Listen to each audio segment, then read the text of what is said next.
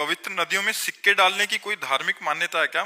मान लो गंगा जी हैं, यमुना जी हैं, 1 रुपए का आटा ले लो और घोर करके उसको ऐसे गोली गोली बनाओ और डाल दो, तो उसमें मछली है, कछुआ है, वो पालेंगे। रुपया डालने की कौन सी बात है?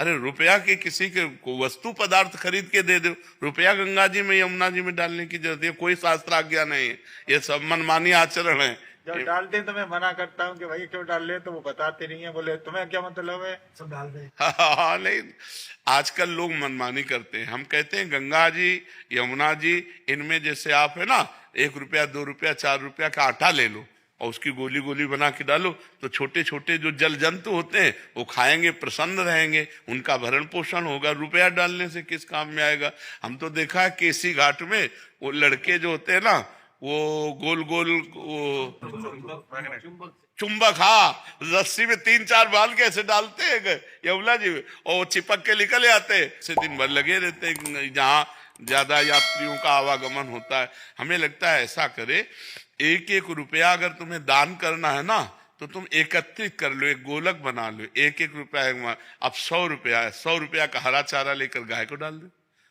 या 100 रुपया किसी बीमार आदमी के काम में दे दो, या 100 रुपये का भोजन किसी को पवा दो।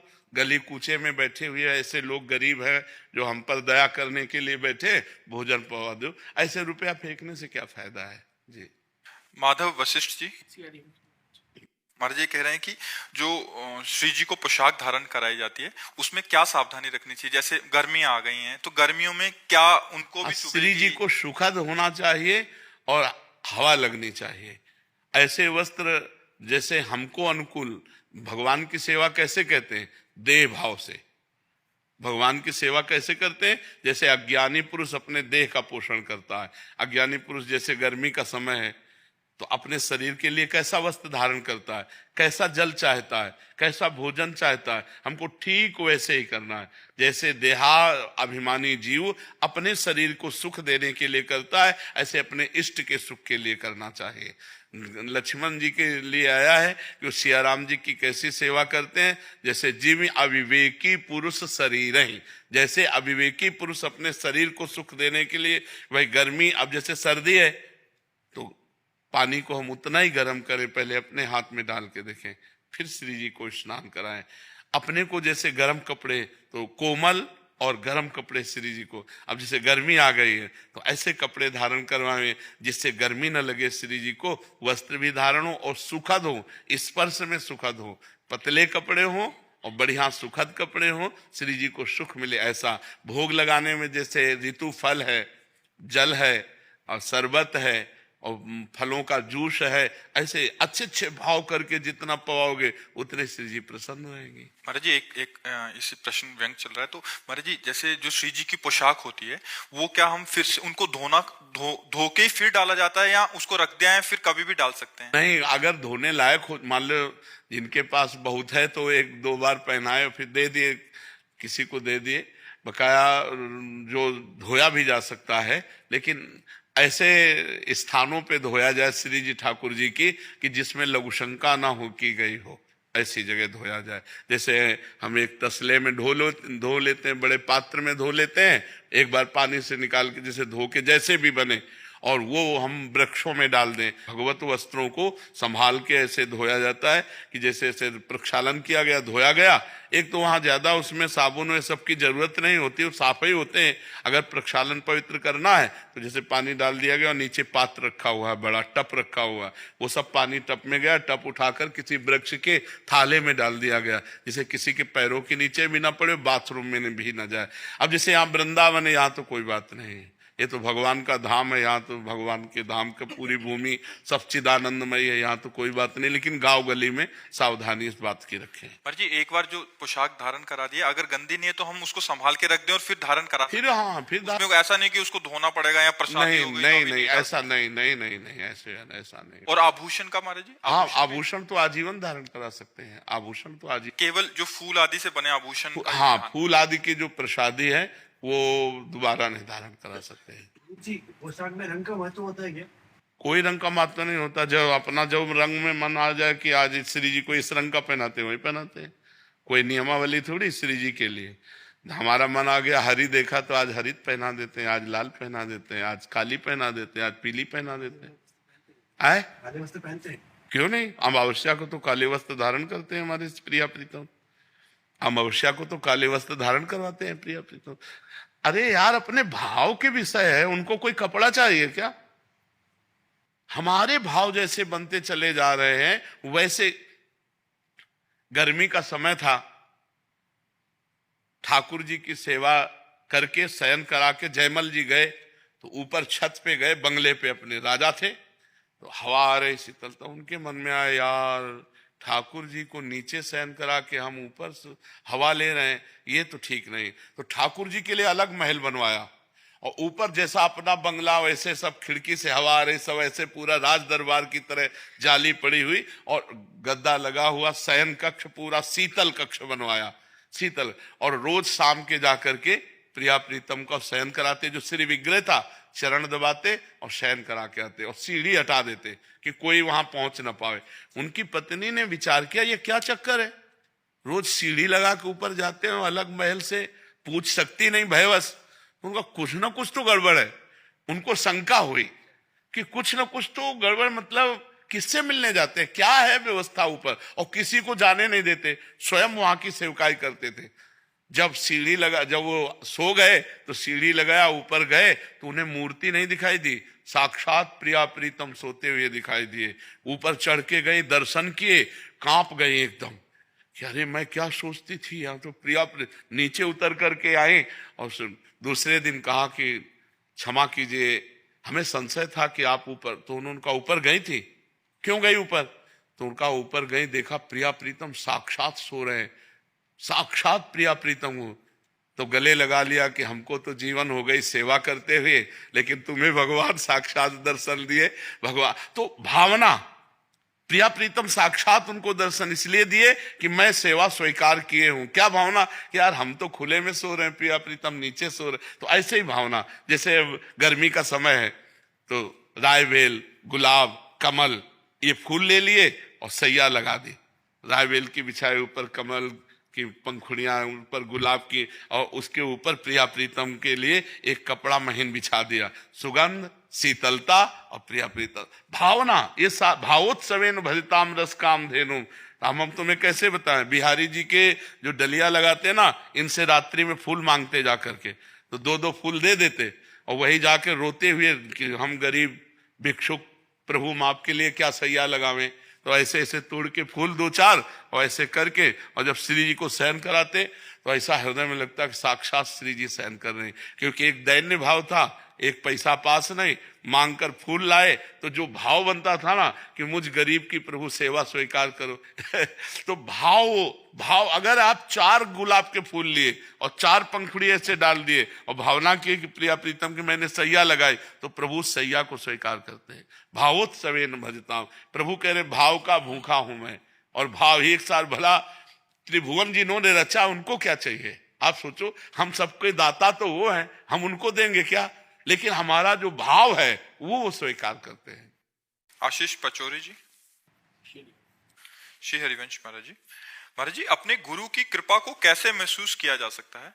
जब हमारे अंदर भजन की प्रवृत्ति बढ़ने लगे, गंदे आचरणों से मन भयभीत हो जाए, भगवान प्यारे लगने लगे, दूसरों में भगवान की भावना होने लगे, दूसरों को सुख देने की भावना होने लगे, तो समझना चाहिए हमारे ऊपर गुरु प्रसन्न है, हमारे ऊपर गुरुदेव की असीम कृपा है।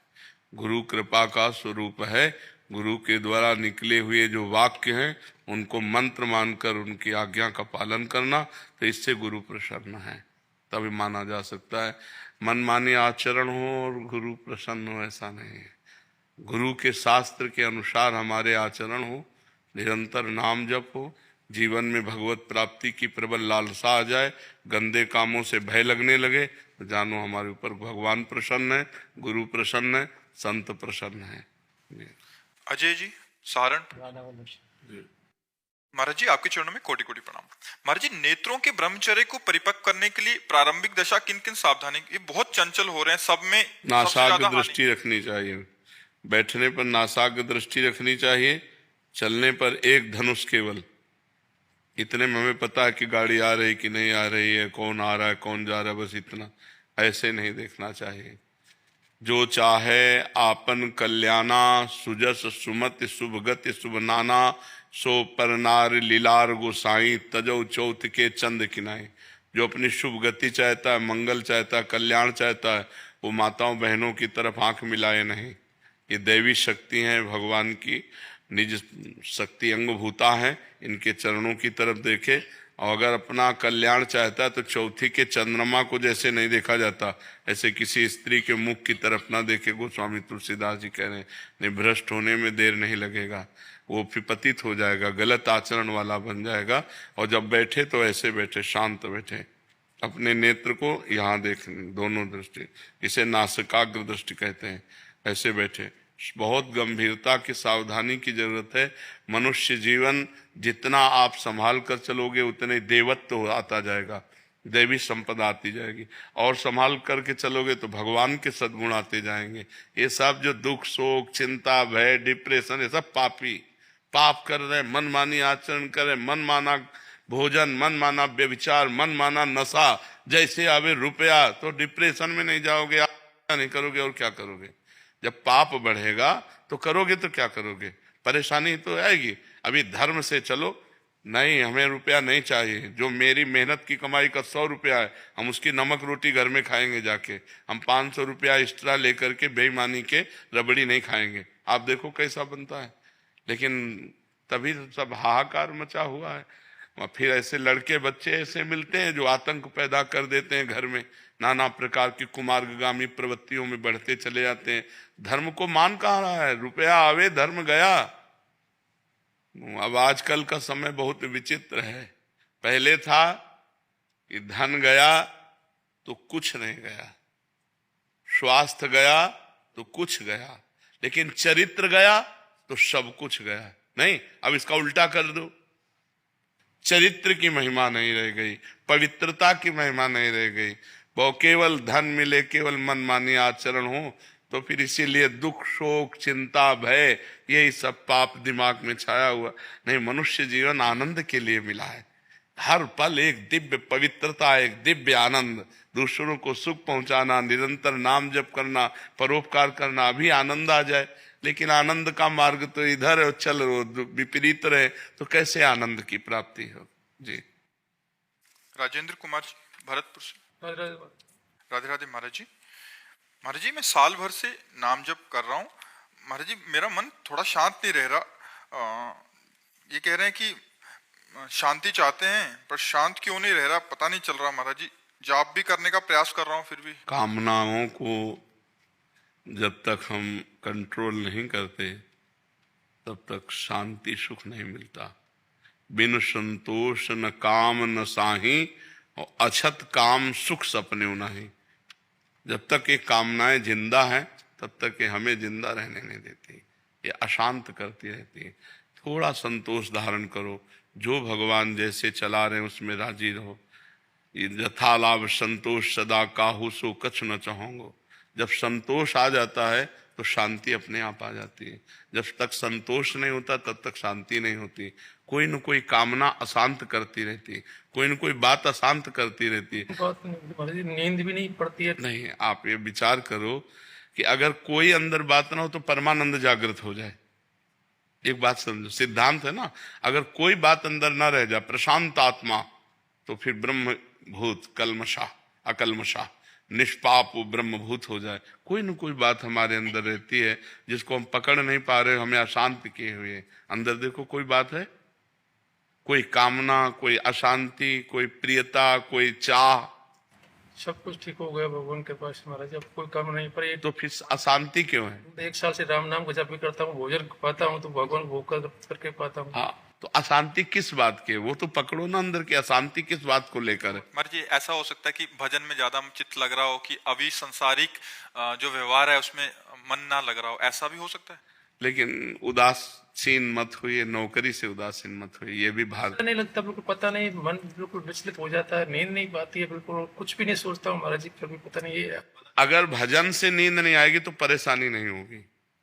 एक बात है समझ लो, अगर भजन से नींद नहीं आएगी ना, कि भजन करते हुए पूरी रात व्यतीत हो गई और नींद नहीं आई, तो परेशानी नहीं होगी।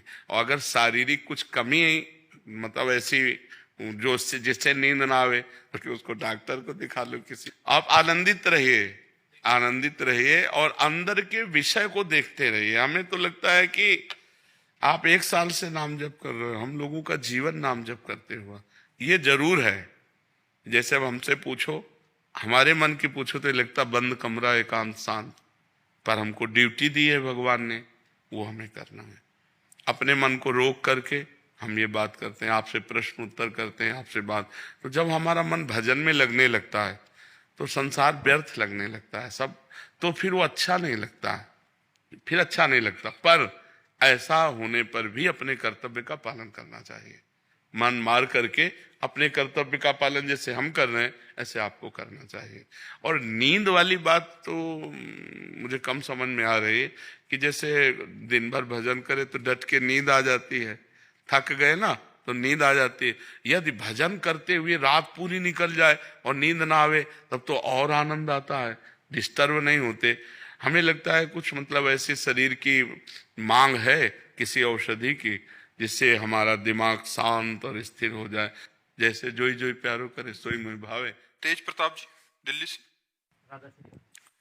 श्री हरिवंश महाराज जी, गुरुदेव, जब हम किसी के बारे में ज्यादा सोचते हैं या फिर किसी को बार बार देखते हैं तो वो चीज किसी ना किसी दिन हमारे सपने में अवश्य दिखाई देती है। लेकिन गुरुदेव, जब वही हम भगवान की लीलाएं देखते हैं या फिर उनका ज्यादा स्मरण करते हैं तो भगवान उसी रूप में स्वप्न में किसका क्यों नहीं आ रहे महाराज जी? ऐसा नहीं करते। भगवान की ज्यादा लीलाएं सुनना और भगवान के लिए ज्यादा चिंतन करना, ये तो तुम महापुरुष हो जाओ। तुम साधारण बात समझते हो, केवल प्रश्न करना सहज है।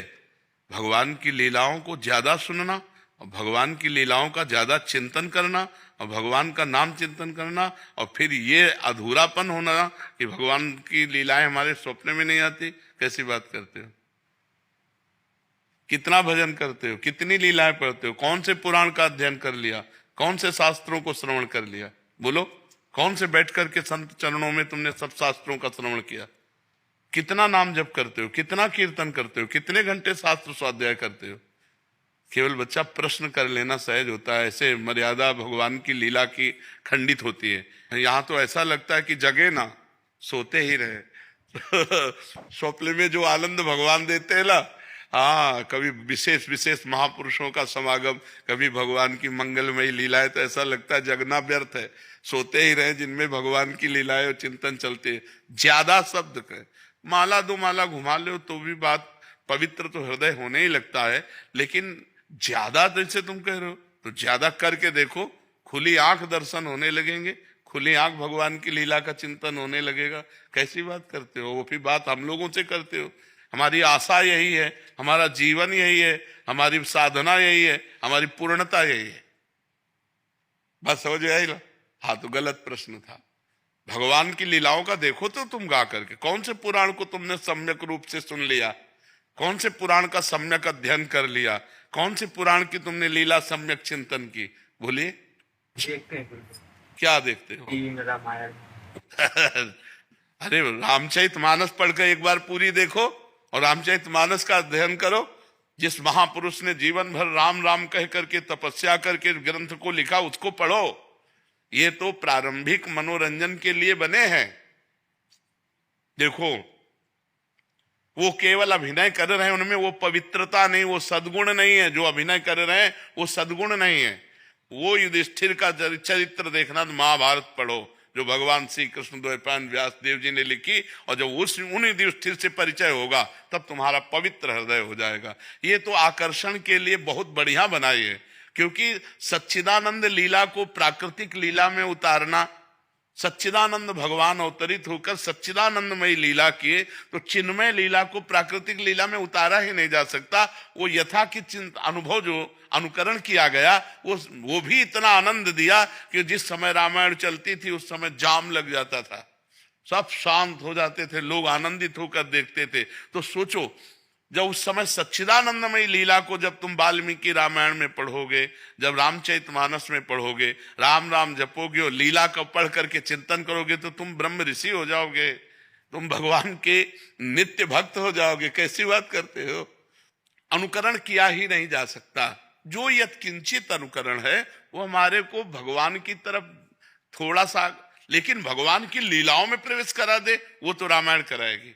रामायण का रोज पाठ करो, रामायण की रोज चिंतन वृत्ति से आरती पूजा करो और भगवान का खूब नाम जप करो और भगवान की भक्ति करो, तब लीला में प्रवेश होगा। ऐसे ऐसे लीलाएं नहीं हैं, ऐसी लीलाएं उनकी तो बस ये है कि हमारे प्रभु का रोल कर रहे हैं, हमारे प्रभु के रूप में उस समय आए तो हमारे प्रभु का कोई भी रूप धारण कर ले तो हम जैसे संत भेष को प्रणाम कहते हैं ऐसे अपने प्रभु के रूप। लेकिन हमें जो लीला प्रवेश है वो रामायण महाभारत टीवी का देख के थोड़ी लीला प्रवेश हो जाएगा। उसके लिए तो साधना चाहिए, उसके लिए तो भक्ति चाहिए, उसके लिए रामायण पढ़ना पड़ेगा, भागवत पढ़ना पड़ेगा, महाभारत पढ़ना पड़ेगा, उसका चिंतन करना पड़ेगा, तुम्हें अपने चरित्र संभालने पड़ेंगे, तब लीला में प्रवेश होगा, तब स्वप्न में जागृत में लीला झलकती है। नेहा जी दिल्ली से।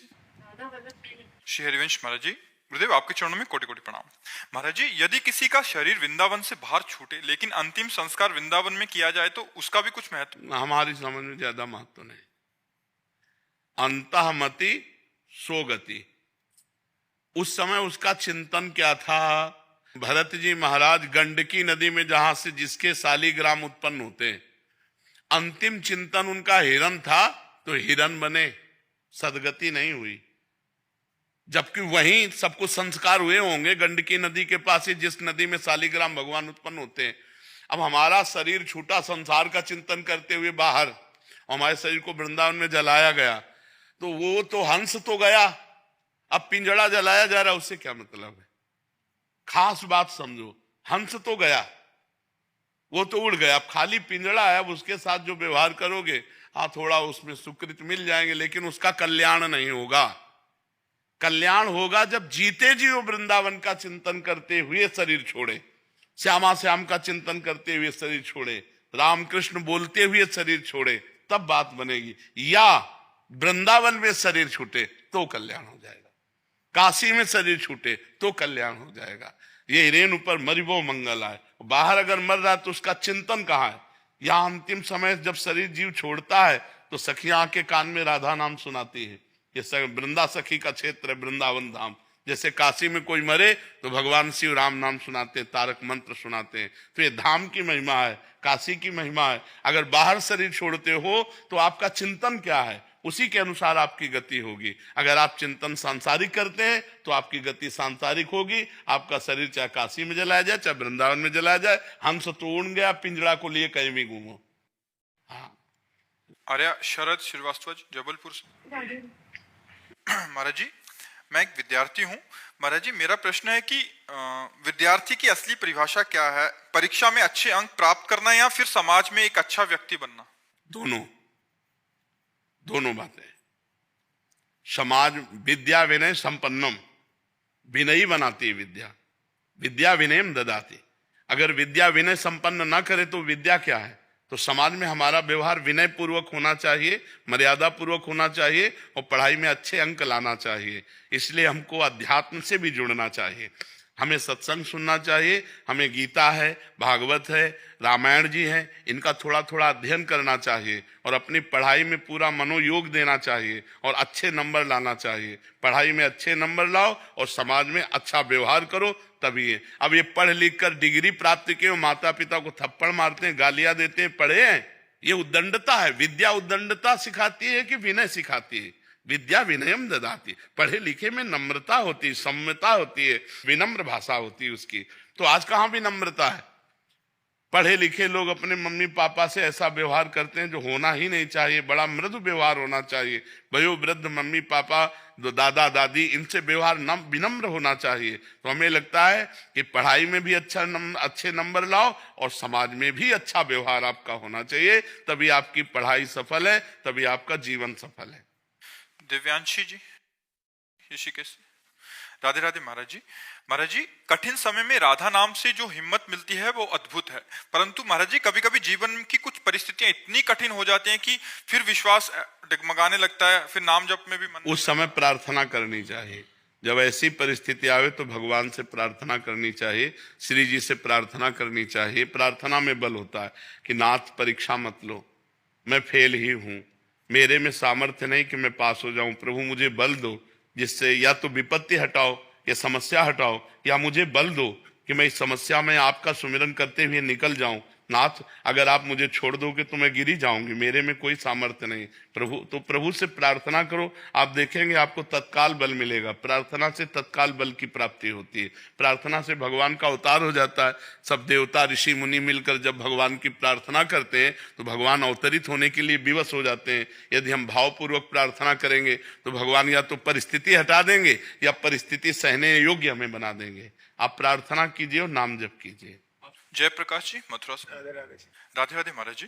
महाराज जी, पाप कर्म का फल संकल्प लिए बिना ही मिल जाता है, लेकिन मनोकामनाएं पूर्ति हेतु कोई भी कर्म कांड अनुष्ठान के लिए अपना नाम, अमुक गोत्र, स्थान, तिथि आदि बोलकर संकल्प लिया जाता है तथा वैवाहिक तात्कालिक सुख के लिए, वो तात्कालिक परिवर्तन के लिए संकल्प किया जाता है। तात्कालिक कि मैं अभी ये चाहता हूं, और जो पूर्व से उसका संकल्प किए हो क्या, जो पूर्व का पुण्य है उसका संकल्प करते हो क्या, वो अपने आप आकर के सुख दे देता है। जैसे पूर्व का पाप बिना संकल्प के दुख दे देता है, ऐसे पूर्व का पुण्य बिना संकल्प के सुख देता है। अभी हमें ये परिवर्तन चाहिए, अब संकल्प करो, उसका अनुष्ठान करो, और अगर उसका अनुष्ठान जोर पड़ता है तो पूर्व प्रारब्ध जो पाप है उससे जोर का अनुष्ठान हो जाएगा तो परिवर्तन हो जाएगा। नहीं खोपड़ी के बल खड़े हो जाओ तो नहीं परिवर्तन होगा। करके देख लो, हो ही जाता है क्या, सबका हो ही जाता है क्या, करके अनुष्ठान देख लो। यदि पाप है 250 ग्राम और संकल्प है 25 ग्राम, क्या करेगा, 4-5 बार अनुष्ठान करवाओ और वो नष्ट हो तब जाकर सफलता होगी, ऐसे थोड़ी सफलता हो जाएगी। नहीं सब संकल्प करते हैं काम बन जाए ना, तुरंत सबके काम बन जाते हैं क्या, संकल्प करते नहीं बनते। जिसका अब पाप है 25 ग्राम और संकल्प है 250 ग्राम, दबा के उसे नष्ट कर दिया, सफलता प्राप्त हो गई। तो तत्कालिक सुख का परिवर्तन करने के लिए कि हम तत्कालिक परिस्थिति को उत्तम बनाना चाहते हैं, इसके लिए संकल्प किया जाता है, इसके लिए संकल्प किया। समझ पाएगा आपकी नहीं पाए जी। अर्धांगिनी को भी तो लेते हैं साथ में, अर्धांगिनी पत्नी हो और उसके बगैर संकल्प नहीं लिया जा सकता। कोई भी अनुष्ठान करते हैं तो अर्धांगिनी का होना जरूरी है। क्यों नहीं जरूरी है, अर्धांगिनी क्यों बनाया है, इसीलिए तो बनाया है। उसकी अनुमति जरूरी है, उसका देखो जब राम जी सिया जी अंतर ध्यान हो गई ना भूमि पे, तो जब राम जी ने यज्ञ किया तो सोने की सीता बना करके वाम भाग में विराजमान किया, स्वर्ण की सीता वाम भाग में विराजमान करके तब यज्ञ याद किया। अर्धांगिनी इसीलिए अर्धांगिनी है कि उसके सत्संग में आने के लिए, जैसे आपके दर्शन करने गुरु जी के, तो अर्धांगिनी का आना जरूरी है? नहीं ऐसा नहीं, ऐसा जरूरी नहीं। ऐसा संकल्पित कार्य जैसे हम यज्ञ कर रहे हैं, हम जैसे साप्ताहिकी भागवत कर रहे हैं, कोई अनुष्ठान कर रहे हैं, तो उसमें अगर वो नहीं आना चाहती है तो उसके लिए आसन जरूरी है। हाँ, उसका एक अधिकार होता है और आप जो पुण्य करेंगे उसको फल प्राप्त होगा। अगर वो आपके अनुकूल चलती है तो, अगर वो प्रतिकूल चलती है, आपकी अवहेलना करती है, आपका अपमान करती है, निरादर करती है, तो पतिव्रत धर्म में है नहीं, तो उसको कहां से प्राप्त हो जाएगा। लेकिन उसका अधिकार है, वो अर्धांगिनी है और ऐसा चाहिए कि उससे अनुमति लेकर के ही धर्म कार्य किए जाएं। उससे अनुमति, उसको इस बात का अधिकार मिलना चाहिए अर्धांगिनी का, और उसको सोचना चाहिए कि मेरे पति हैं, मेरे भगवान हैं, मुझे पूरा इनका सहयोग करना चाहिए, दोनों प्रेम से चलना चाहिए। लेकिन ये आज बड़ा असंभव है। पूर्व की जिनको लड़का लड़की ने देखा नहीं, केवल घर वाले ब्याह कर देते थे, जब घर में आके देखते थे कि हमारा पति है, हमारी पत्नी है, तो जीवन में कभी नाम उच्चारण नहीं करती थी। धर्म की धज्जियां उड़ाई जा रही है, जो धर्म का सिद्धांत है उसकी धज्जियां उड़ाए। देवी देवता सब पूज के, ब्याह होने के बाद भी पूरे गांव की देवी देवता पूज के, गुरुजनों की आज्ञा लेकर तब गृहस्थ धर्म में उतरते थे। यहाँ जरूरत है नहीं, पहले ही बॉयफ्रेंड गर्लफ्रेंड है, पहले ही लिव इन रिलेशन है, तभी वो पति के साथ टिकती नहीं है।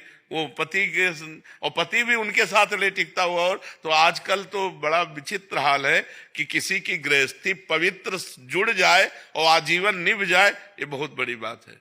अब तो ऐसा चल पड़ा कि 30 साल के बाद डिवोर्स, 30 साल के बाद डिवोर्स है। एक मिनट, मैं अधिवक्ता हूँ, तेलंगाना हाईकोर्ट में प्रैक्टिस करता हूँ। मैंने 7 दिन में डाइवोर्स देखा है। 7 दिन ब्याह हो 7 दिन में डाइवोर्स देखा है। मैंने दूसरे दिन अलग होते हुए देखा। हाँ बिल्कुल बिल्कुल बिल्कुल।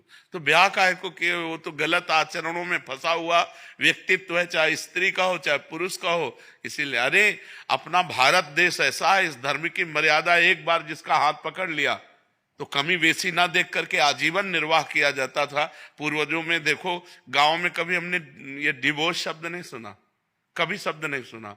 आजकल देखो कैसे वातावरण बन रहे हैं। करण खंडेलवाल जी मुंबई से। महाराज जी आपका भी सिमिलर प्रश्न है। ये कह रहे हैं कि आप 10 सालों से अभिनय की जगत में हैं। ये कह रहे हैं मन अशांत रहता है महाराज जी। कोई कहता है कि किसी ने जादू कर दिया है, कोई कहता है कि ओवर थिंकिंग चल रही है इसलिए। हाँ, जादू तो नहीं किया, जादू तो नहीं। जादू होता तो तुम हमारे पास यहाँ बैठ नहीं सकते थे। ओवर थिंकिंग, एक जो अपने चित्त में सबसे बड़ा बनने की, महान बनने की एक आकांक्षा होती है। हम चाहे जिस मार्ग में हो, हम चूंकि महान परमात्मा के हम अंश हैं, तो हमारे अंदर महान बनने की इच्छा होती है। सबके अंदर, चाहे जिस डिपार्टमेंट में हो, सबसे बड़ा बनने की इच्छा होती है। क्योंकि सबसे बड़े भगवान के हम बच्चे हैं ना, तो हमें लगता है कि हम सबसे बड़े बने।